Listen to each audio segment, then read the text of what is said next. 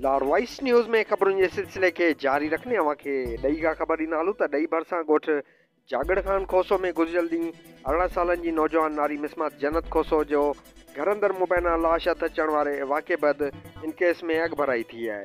ॻोठु फतू जो गुजो वासण मिसमात फरज़ाना ज़ाल कादर बख़्श खोसो गुज़िरियल ॾींहुं ॻोठु जागड़ खान खोसो में घर अंदरि संदसि न्याणी जन्नत जो मुबैना गोली लॻल लाश हथ अचण वारे वाक़े बैदि अॼु ॾही थाणे ते जन्नत जे मुड़ुसु समेत मुड़ुस जे ॿिनि भाइरनि मथां 34/302 गुनाह नंबर 23 जी FIR दर्ज करे छॾी आहे।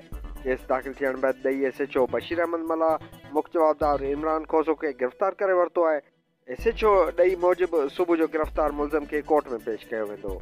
ॿिए पासे फरज़ाना खोसो FIR में ॼाणायो वियो आहे त मुंहिंजी न्याणी जी शादी खे बसि कुझु ई महीना थिया आहिनि। गुज़िरियल काफ़ी ॾींहंनि खां इन मूंखे संदसि मुड़ुस जूं दाऊं पिणु ॾिनियूं हुयूं त संदसि ॾेर ऐं मुड़ुसु इमरान खोसो जान सां मारण जूं धमकियूं ॾींदा रहनि था। मुंहिंजो मुड़ुसु राति जो खट जे सेरांदी खां पिस्टल रखी सुम्हंदो आहे ऐं चवंदो रहंदो हो त तोखे जान सां मारींदसि। मुंहिंजी न्याणी जन्नत खोसो खे संदसि मुड़ुसु इमरान खोसो ऐं संदसि ॿियनि भाउरनि गॾिजी क़तलु कयो आहे।